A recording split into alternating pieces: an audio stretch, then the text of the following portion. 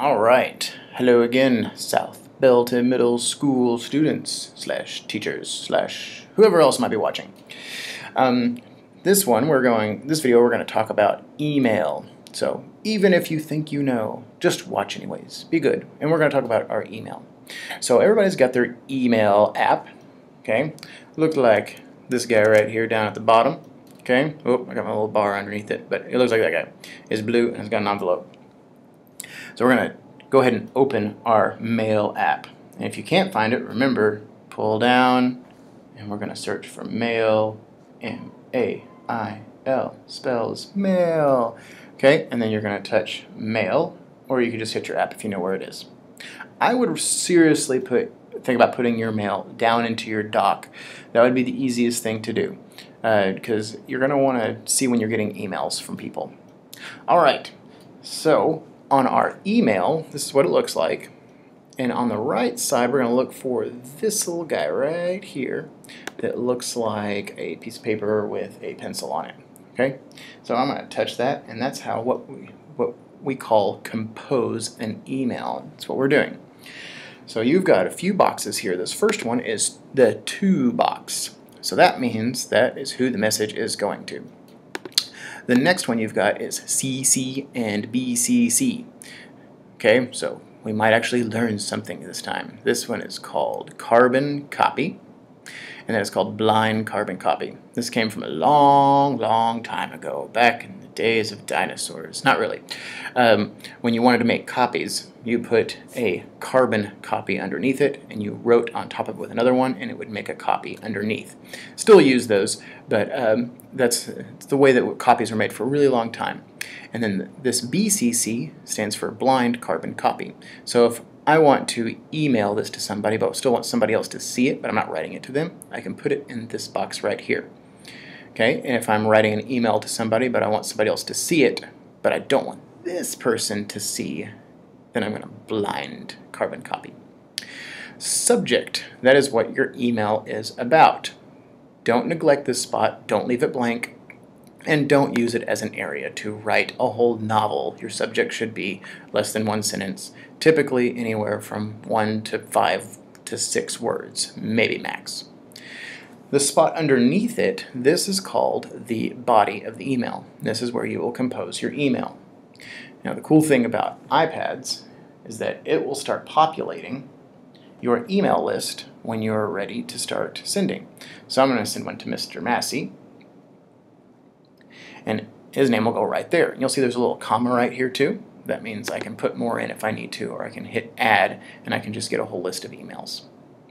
So on the subject, I'm just going to title this one. I'm just going to say practice email. And yours will typically be question about class, question for project, project assignment, here's my assignment, chapter 2 notes, or whatever you're sending needs to have that. Also for teachers, it would probably be really helpful if you put practice worksheet period 2 or period 1. I would put what period you're in, because that would help your teachers sort through their emails a lot easier. On the body, that's where you actually write what you want to say. So we'll just say, this is just a... Oh, can't type. Just a test of the emergency broadcast system. I'll wait for the tone, not really. So you write it, it could be long, could be short, but whatever, you're going to write that in. Now, the biggest thing that I want all of us to be aware of is that there is a thing called email etiquette. And etiquette is just a big fancy word for correct way to act. So email etiquette, one of them is a proper subject, one that's not an entire sentence. The other email etiquette is, especially if you're emailing professionally, as to a teacher or to somebody else in a business workplace, once you get a job and you have email, is that you always want to have a signature or a text signature at the end of your email.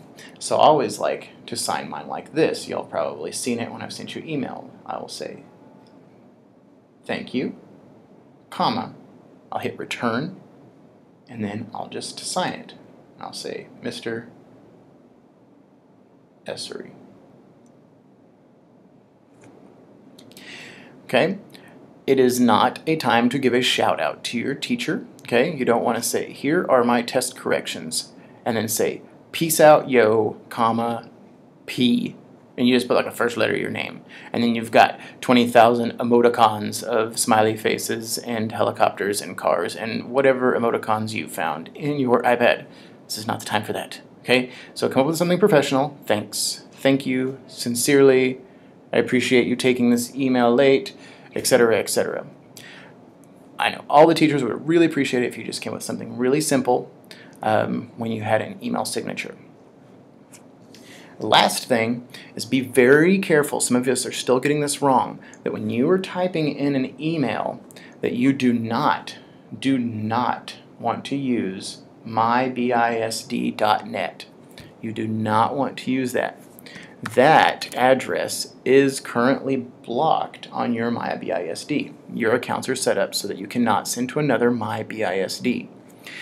Now the crazy thing is on most of y'all's iPads, if you start typing my name in, or any teacher's name, you'll see all of these things populate, okay?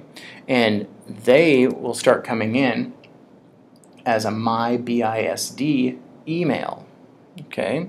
And so don't pick the one that shows up automatically. That's not going to help you.